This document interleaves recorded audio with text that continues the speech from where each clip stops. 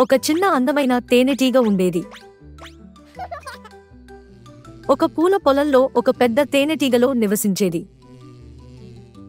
అన్ని తేనెటీగలు కలిసి తేనెను సేకరించి తేనెను తయారు చేశాయి. చిన్న అందమైన తేనెటీగ కూడా సహాయం చేయాలనుకుంది. కాని ఇతర తేనెటీగలు, "నువ్వు చాలా చిన్నవి. నువ్వు చాలా దూరం ఎగరగలవు." చిన్న అందమైన తేనెటీగ విచారంగా అనిపించింది, కాని ఆమె వదులుకోలేదు. ఒకరోజు బలమైన గాలి చాలా పువ్వులను ఎగిరింది. చీకటి అడవి దగ్గర పువ్వులు పడిపోయాయి. తేనెటీగ అక్కడికి వెళ్లడానికి భయపడింది. "మనకు మరింత తేనె కావాలి" అని రాణి తేనెటీగ చెప్పింది. కాని అది చాలా దూరంగా ఉంది. చిన్న అందమైన తేనెటీగ, "నేను వెళ్తాను." అది నెమ్మదిగా అడవిలోకి ఎగిరింది.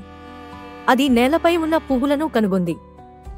అది తేనెను తీసుకుని తేనెటీగల గూటికి తిరిగి వెళ్ళింది. అప్పుడు అది మళ్ళీ అలా చేస్తోంది.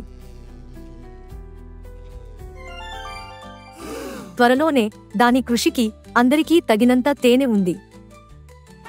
రాణి తేనెటీగ నవ్వింది. "నువ్వు చిన్న అందమైన తేనెటీగవి," రాణి చెప్పింది. "కాని నువ్వు చాలా ధైర్యవంతుడివి." అందమైన చిన్న తేనెటీగ కోసం తేనెటీగలను ఉత్సాహంగా నినాదాలు చేశాయి. మనం ధైర్యంగా ఉండాలని, ప్రయత్నిస్తూనే ఉండాలని అవన్నీ గ్రహించాయి. ప్రయత్నించడం వల్ల మాత్రమే గొప్ప విషయాలు వస్తాయి.